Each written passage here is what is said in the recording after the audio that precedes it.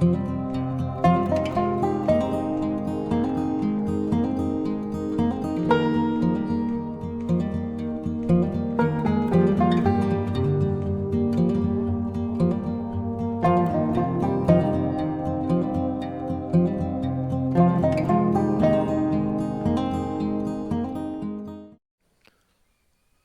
bai ve kule voin hi ni som pani thlasari sang ni som ni pani ania karma sa zertop ni khan naw se ra han ka kala pubuang an na kal tur kat nia ani si phir lama kal angai thut maya chuwan chuan ka hole khania hei voin chu hriata alo man ta kan panin kan kal dona heta hen puchunga pubuang hi a man tak lo wangin puchunga hian min hruai dona voin lama ku va huan vera kalo juk riak thadon mon le alo tiama se kan dila alo kan nge na alo man thei lau maya kan lom khop maya asan chu tuna kan kalna tur mun hi mitlem te chawin a mun an hriat ania chu wan chuan akal thei po hi akal man tur po hi hanin zon ve fe angai thina chuan hela hen pinun moi oma pinun moi hi kan min kalpui tu tur puchunga nu ania chuan ani po hian naw sel hi enge hming puchan te po kha min hril boka sel ti hi paita tong mo kha paita tong ania chu thukru ti na nia chuan naw thuruk na ti na ni chuan a thuruk na hmun te po kan kal don ania voina adin kum tak hi ani hian an lo hrachi lo kan lo hriat tak le heta anwai te po hian karon soi lang lenga chuan ti hian kan kal ngal dona heta naw sela hian naw sela hian kanom na chak loka hian fil oma chuta chuan bangla om thina chuta tang chuan khoru lian lam kong om le a chuta chuan bangla tho om mi omem khoya moi ti kapi tlok zola mo khoru liana tho khoru lian thlen dona tlok zola bangla om thina chulai akal kal na kong ani chu helai naw sela tang hian om thina bangla te po chun lo thiat towa chon ma se tuna kan kal na kong a hian bangla kong tun ma kong chu ala hriat thei dewatia puchu ga hian a hriat min ko mu bokanga kan hriat bel zela lomong khop mai scooter le bike hi akal thei thleng kan kal photanga hun hek lo nan chon ni chin khan rehno pala om sapa kaming an thasi lo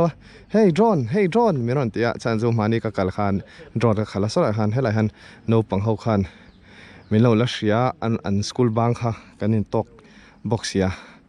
kaming kha hey drone ni to maya chuan kilai in rel lai chak chi akhen bangla om thina tun main ram boy line an lo halani sipai hawin chuan hei heta he kan chuk thladon ni nuam dong khop mai an ni hin phuranga tipai muk rot lam ke kong ami chu ke kong vek ke kong tun ma tipai muk lam pang kong ani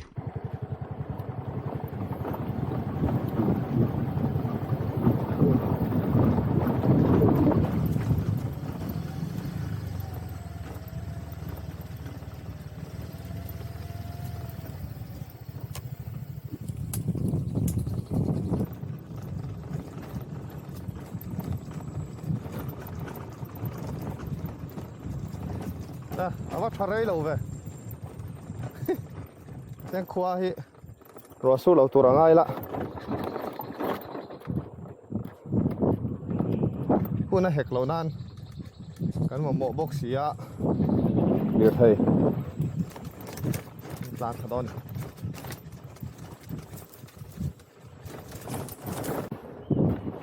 ku ta ne chei me vak lo khop mai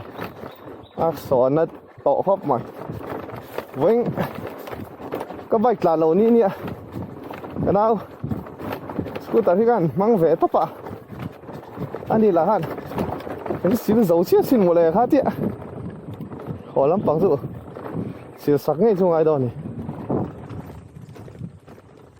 cái đấy khát chọn tán thì dễ lạ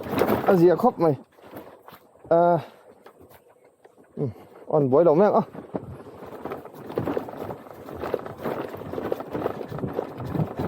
scooter này chọn in vẽ vác lắm expert là ngắm thác đón biển biển này nó so túi riel ha alo lắng ấy rồi video cái là nó có hay là hiu mà môi về tụi này hiềnกันสุกทำเมกะอีกที่ไรเฮียนในบ่อยเราหลังอ่ะขี้เนี้ยส่วนอดิ่งละมาเฮียนเฮตียน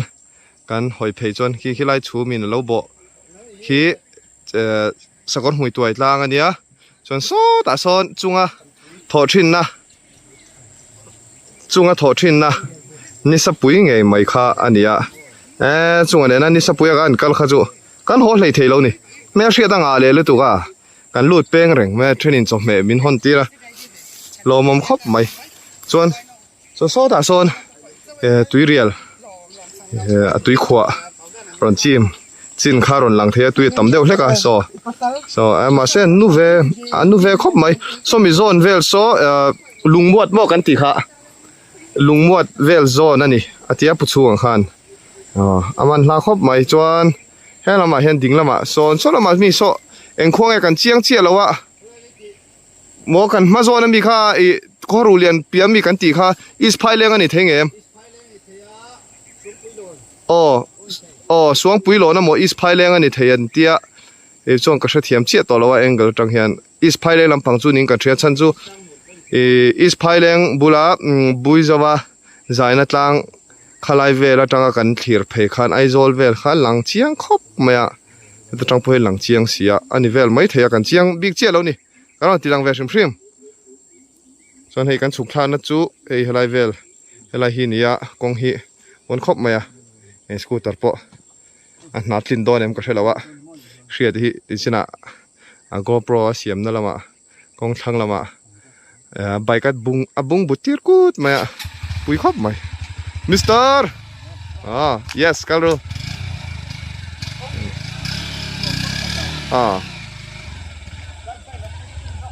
ดัดใบกะโหลกเก่งเรานี่ติดแล้วจันตัวนี้ปะตัวไหนเฮียนาวเซลหิงปุชันเป้งกันแทงโตส่วนปุชัวเฮียนให้เราจะเห็นสว่างอันที่กันเฟลละมาเฮียนส่วนให้เราให้กันละลกกันโซตาโซนเซลิงเราหลังเซลิงบุลาโซนทิ้งซูลหลังฮัลบกมาซูมเลยเทเราโซตาโซนส่วนทิ้งซูลบกส่วนนุ่งละมาถอยตางเฮ็ดละมาดิ่งละมาเฮียนอร่อยจันเพียส่วนนุ่งละมาซ้อนรูลจอมเราบกส่วนนุ่งละมามีโซตบเบอร์มีโซเกี่ยฟังอันเนี้ยส่วนอดตาเฮียนเฮ็ดละมีจุดเสซองอันเนี้ยอร่อยนายจอกฮีอัตลังดุงรอนนายจอกส่วนเฮ็ดอัตลังดุงรอนนายจอกก็จังเวลาปังมีฮีมัวลมามอคตันต้นติร์อันนี้ผู้สูงพอเฮียนอันนี้เตียจังเอ็งก็ที่ดังเดียวตัวว่าให้กันเจียงงามบิ๊กเจียเรามาเซงขลังปังตังดุงให้จุนดิเจียงส่วนเฮ็ดแต่เฮียนชาวะคนละมันก็ลอดเห็นตัวเขาฮีนั่นสุขทางนั่นละมันเนี่ยเวลาปังฮีแต่ให้กันสุขทะเลด้วยนะกินส่วนคำบินบางละกงข้าให้มีตัวนักกันกันนั่นละฮีนี่ส่วนมาเซที่เฮียนทางเห็นเตียนไอ้ดิ่งลำปังให้เจ้านั้นลุดทะเลติคันเกี่ยกงอันนี้จู่มันจะโอยเดี๋ยวแล้วก็วางอินลิงรถเฮียนที่เฮียนไอซาลเดวินที่เฮียนอัดตันกัวละเลี้ยมาจองแต่พอละหลังเทงอาที่ให้ได้ให้กันเช่าตัวนี้วางฟัดตั้มบังเอ็มลันดาในจนอมดูเมลครบไหมเสียงไงกันในตัววางฟัดจู่มันจู่รอยสู้โดนแล้ววะเฮ้โดนแต่พออัดหอกเละเทียโดนอาเจียโดนครบไหมเสียตาไบค์นี่เจ้าบุ้งบุเจ้าเจี๊ยค่ะนี่ปุยครบไหมวล็อกกันตุ้มเดียวเนี่ยมาเสียงดูระวังตีกันเหลาเดียวกันตีหลังดูแล้วบุ้งบุกุดไหมเนี่ยเฮ้ยบ้าคีปุยครบไหมมาละจนนุ้ยวักไหมอันนี้จ้ะมีออลซามันเนี่ยการชาวเวสิหลังตีน่าสักครบไหมเพื่อนการชาวเมกะปีกงานครบไหมผู้ชงเลี้ยมาจองสัตว์กว่ามาใช่ให้กงฮีเลี้ยมาจองเลี้ยชวดทันนั้นที่จนฮัลโหลออกมากงรุลุยฮัลโหลออกมาเงี้ย ram kal te engomo ti ten kal ve thina baka a khomi te po helai mun hin tlo ve thini ni oma chu an kal ve thina e ta hian kong hi tlem alo la hriat deu ni chi khop mai hriat ta po pui khop mai jas khop mai tuna hian a hmun kan thleng ta hei helai hi ania naw sel ming put chan chu wan nal chi hla mai a kan hu ve phei pha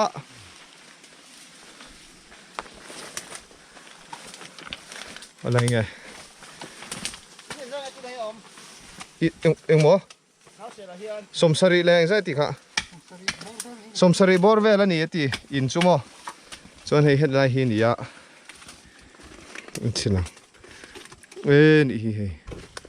แต่เฮียนเองเอ็นติ้งค่ะข้ามีข้าล็อกอ๋อ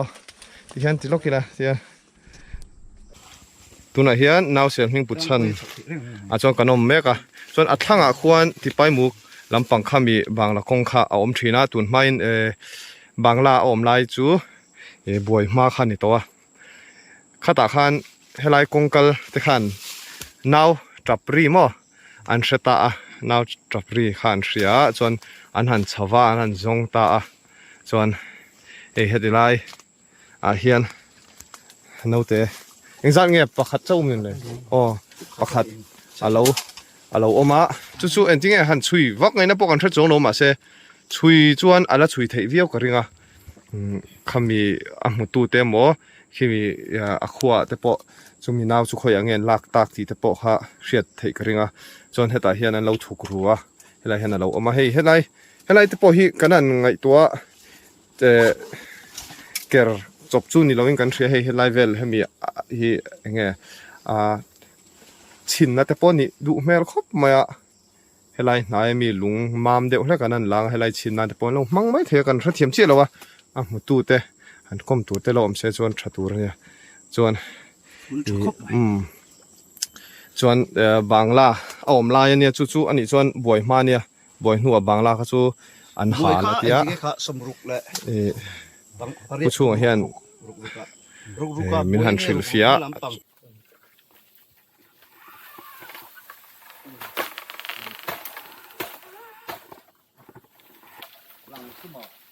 เรา今天这个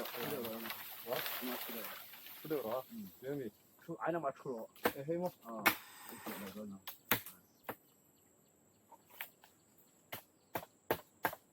啊，冷个往出毛着，没有辣着，啊，落在边头咯，ขาเหรียญอะไรขาสับละ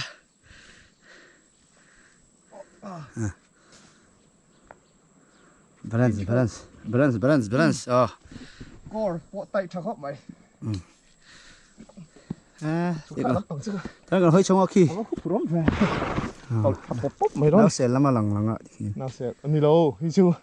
ก็จะสีพีร์ในบ่อยลำปังแล้วหลังอะไรเห็นสิ่งคุ้งเห็นนะเอาว่าเริ่มเวให้เราขายร้านชัว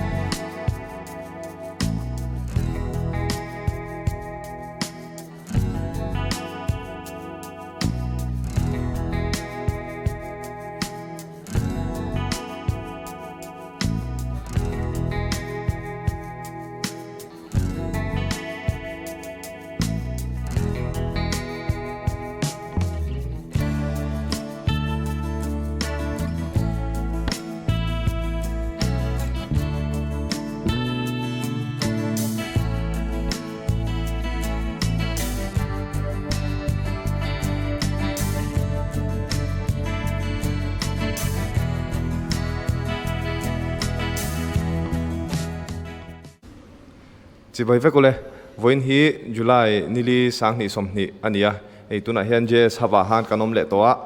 với na hian Revolt Advance 1 ei kabula cycle hi kan review dona e cycle hi kanon review na chan pakhat chu cycle danglam tak mai nia Mizorama ahma saber turania e tap antia chu hei helai vela te hian nge electronic lam mang battery lam mang ania chu van chuan dangdai don khop me chain te po dangdai kha kha nge ahman dan te le achan chin vel kanon soidona chuan Revolt Advance 1 ti nia hi chuan achunga hian zero lo ma giant ho hi anti dan dangdai khop maya Revolt lawa po thil danga po talona te po a number tlema piang hi sang ho an ni zela 4 atang ten in chana 3 2 1 ania zon 0 ti khana kal zela 0 hi asang ber tlang puya an kaldana hi chuan cycle hi Mizorama chuan e-bike kan hmu tau tak mai pakhata oma chumi ti lawa chuan pangai hentiang battery mang lawa chuan tau ber turania ato na chan po carbon fiber ania a frame hi torque wrench manga her tight te po nga ya torque wrench te po na kina karon tilang ver hrim manga han her na chuan a ke theya helai vel a frame ho hi a zang khop me a kg nga le chan ve aniam kha 8.3 zomo ania chuan zang tha khop maya road bike deuh reu si gravel bike kan ti mayang chi kha nia road bike ai chuan kongchhia angama kongpuya atlan chak thau bok ta ma se road bike ang chuan advantage kong tha ngi la chuan anei le lutuk lowa ma se road bike pianang in hei ti hian engkimo ma achan chu ake alian lutuk lowa chu gravel bike an manna ania gravel bike an tlan na bik ang chi competition te po oma a hranin a huam zau khop maya chuan hei moi don khop maya ti hian hnai deuh hleka kan en panga sefa anei tu pa hian a soifia pa thei tura ngai la ki pon ka voi khat mu na nia hei moi khop mai rong te po hring duk lampang ania chuan chir tenen te pon hanin pol vel seng moi viau tur ni he cycle hi pui khop mai hi atayar hi hey gravel tire ni wang hianin aron bolta road bike anga han sin zai kha ani lowa tire size 700 y 45c anita chu country thiam dan tura chuanin MTB 29 wheel size chuan hi a mi diameter hi a cha zonga hi true wheel bore angani ang a hlai zonga hi true wheel bore angan ta amar chu hey road bike anga mam pul ang khani lowa hela hen grip chat naturin anon manga atayar hi Maxxis Rambler ti ani chuan anunga hianin chu tiang tho chuan anma le anung tayar size ainanga 745 tho aron manga chuan 35 to 60 psi thleng apam theya por thatakin apam theya tubeless aningal boka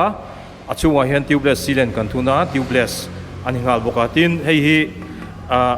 a wheel set hi aluminium lightweight tak ania zang carbon chu ni chi lo nangin aluminium lightweight ania zang thakop mai a drivetrain hi hanen le ta ila ta hianin SRAM rival ho anon manga hei hi 40t ania a crank hi 40t anon manga anunga hianin 1044 aron hitunga chumiom je chu a highest hi 10 ania eta hianin alien bera hianin 44t anon mang ve thunga chuan thil changkang do pakhat chu hei a chain hi chiang deu han anila a flat ani ha chunglam pang ho hei hi SRAM ho rival ina anmani technology anon duan ve hrim ania lightweight turang anon duan ba ka hemi a chain angeni a cassette ne na friction tlema smooth taka gear shift zung theina turata na anon duan ani chuan pedal hi hangi jaina hian high hand over hian pedal hi on som ngai lem lowa pedal hi chu helaya generic flat pedal pa ngai kan wa ania chuan heng high hand ho reng te po hi anan wa an buk deuh te pawh hian a weight an specify dawn hian without pedal an ti deuh kher thin ani tuna hi chuanin a test ride na tur le a nei tu paina du dan angin flat pedal pa ngai kan vu ani chuan helai hi han en mai chuan derailleur emaw ti all khop mai a amar chu derailleur ani lo wa single speed ani a hei hi chain guide kan tia chumi om zia chu engemaw pala a chain enge ni a chuak pal tur emaw heng carbon frame te ni a tai ran pale mo engemaw te ka lo oma chu ta na a chain guide ta na anon wa chain guide chu ani tangkai khop mai chuan helai hi han en tai la hei hi a battery a khol pui pakhat chu ani ta tian kan phel thlanga hei hi a battery ani a charger aron choma a charger a charge mai tur kha ani ti chuanin tian kan vuat hei hi heti mount ti khan mount ani le mai ta mount nu re renga mai ro chu pair hal se langa ya helai hian long hei button te ro te oma tan kan long press anga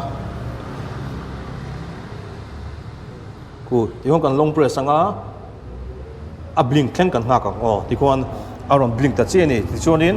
a derailleur hi chu kan pair phoda battery nen chuan helama hianin nung kan pair zon hu kan helama hianin ti le nga langa ya helama tang hian ta hianin button te ro te oma ta hian kan pair lenga hei kan long press anga chong khulai khuanin ti khuanin a blink queen huanga a in pair ta che ni amalampang chuan cutting che khanin helama tho hianin hei helai te hiron en chengula ta hianin a button oma hei mi hi kan long press khanin khulai in blink khu kan hak lenga ti khona blink le ta che ti chuan a panhin a pair ta che a derailleur le a shifter a in pair ta ni chuan amalampang hi a handle bar hian en tai la heng ho hi drop bar kan ti khani ta ni china kan soita kan heng hi shifter a khani ta ale dam le dama chuan hei helai hianin magduk mai hei ron omoni hei hi dropper post a switch ani ta hei te heti kan hmei hian a si te hi tlum ta chuan hei hi a release na ni a kha dropper post helai hian a dropper post anon vua chuan hei hi barrel adjuster kan tia hemi a dropper attention adjust na kha ani chuan hei hi wrapping hi adang da yang nang khop mai a then khada chuan anon wrap sa thina hei hi anon wrap lowa helaya maning kan lo wrap chapa hemi a wrap hi chu aron choma a bar pa nga hi ma to pinaron choma helai hi mani lo wrap chop kha ngai ni chuan helai hi hei astem hi en uluk deu en chuan hei astem hi ariser oma hei hi du chuanin alak thlak the astem hi a drop theya kha ka chu mani du da nang zirin tlema ti niam le ti san deuh thei turin helai hi anon adjust na tur kha anon siam sa ni a battery hi en tai la battery hian a dei rei khop mai helai hianin a indicator kha omani rong chi thang pahniin a eng theya a hring le a sen hanen sin tai la shift la katia a hrin khan darkar sopanga tanga darkar somruk vel adai ti chuanin tuna a hringa kha a sen chuan aron sen chuanin kan sifa aron sen chuanin darkar rukatanga darkar sopanga vel adai ti na nia ti chuan a sena aron blink toiro chuanin darkar ruk vel chau adai to ti na nia chu huna chuanin mania charge hun tur kha a hriat mai don ani chuan break hian en le tai la helam panga veilam pangi hei anga brake ania helam panga dinglam panga hianin anung brake awma hydraulics brake ve ania rotors a hianin 160 rotors anon manga frame rival caliper hydraulic chaktok takaron manga chuan hei true axle aron manga true axle ti omzia chu hemi engeni a hap tene na rot pakhata indil tlang a nget thakop mai true axle se fanarong khalsina smooth em smooth tuna hian Aizawl hospital ka kalangai don thawa chuan chuan Aizawl hospital thil lampain an review pa doni kong chho un taka hang an tlan don song lowa ya gear shifting te smooth em ti te le a position te han tiang ho kha kanan kan han tikwal vel don ania kan han en kwal don ania chuan hei safe a bom chu mi hei hi a bom khani cycle bom khania chuan hei hi association hello patro chuan hei hi mani de uloka association in Mizoram Cycling Association in rally te kan nei ngun sia engamo competition ni vela thut na turang chi kha official te le thil hanin zia lu na turang kha kan cha dekha thon an ing ka sia go hatia chuan sefa dora he kan dani sefa dor hi association po kan mang tang khai khop mai bukro da na kan mang de nual maya chuan cycle ho hi chu ama mi ho kha de feka kan hemi dor a hon nia om ho khala ni deuh veka chuwa chuan om vak lova helaya cycle puma oma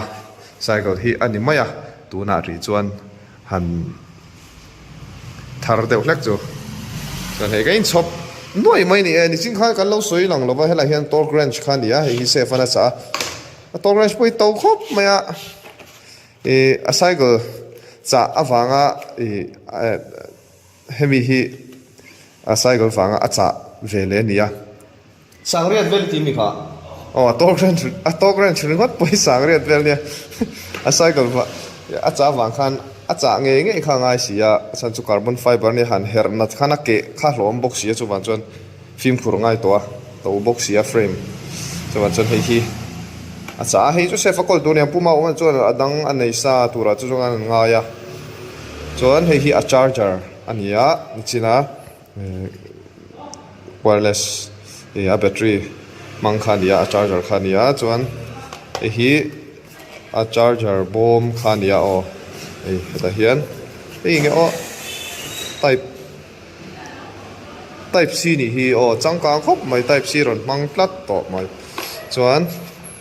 nge lom o tiang ho hi chu nge a tire vel hetia han ti kwal na han lak chhona te nia chuan hei hi hen tiang ho hi a choma chuan an vua sak lawa a phelle don thawa puma om chuan an ti niang an vua sak lawa du chuan a vua thei thawa du chuan kan vua lo tang puya hei hi chu bike vela sarigat ron chomang vel khani mai mo a om nge a hen tiang ho hi heta po hian om vekta compulsory ani wangin aron choma du chuan kan phelle mai thina chuan hei hi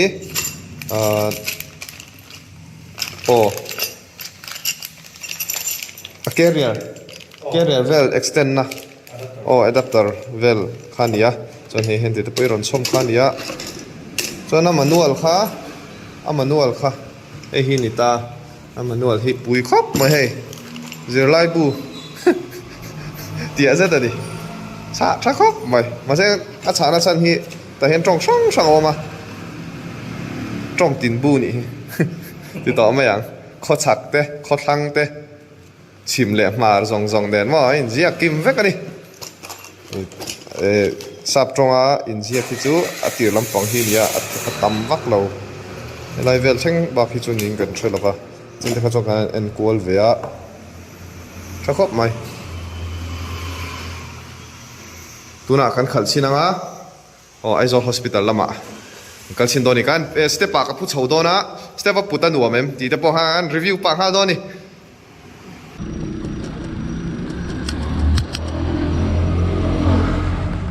ere na pula ni mo ado ko si ere na pula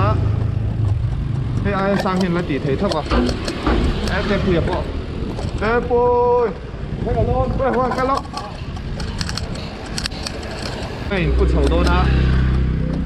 đây sẽ bắt hiện Aizo Hospital ở Caldona đây là hiện tiếng rồi sẽ lại dọc so sầu dọc à tôi lại hiện để sai cái clip putan nuông nghe nuông lâu anh hẳn test pani cái gì riết lệ thế mà nè put xuống nuông khóc mày itu na hian mandewa step seizong kan siar kwalna kan kalna thau ha kan karakita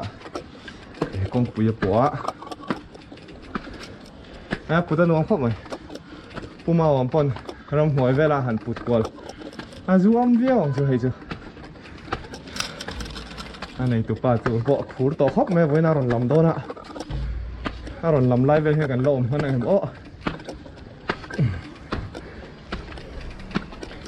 ต่อครบไหม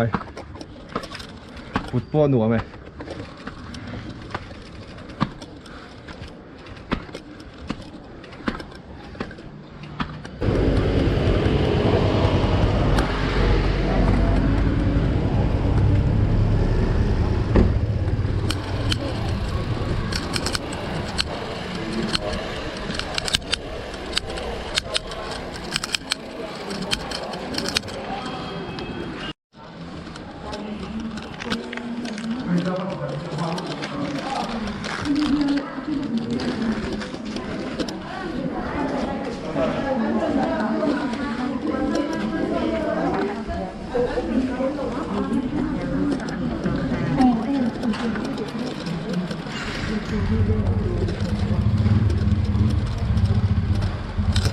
กันโหเลยมาแล้วกัน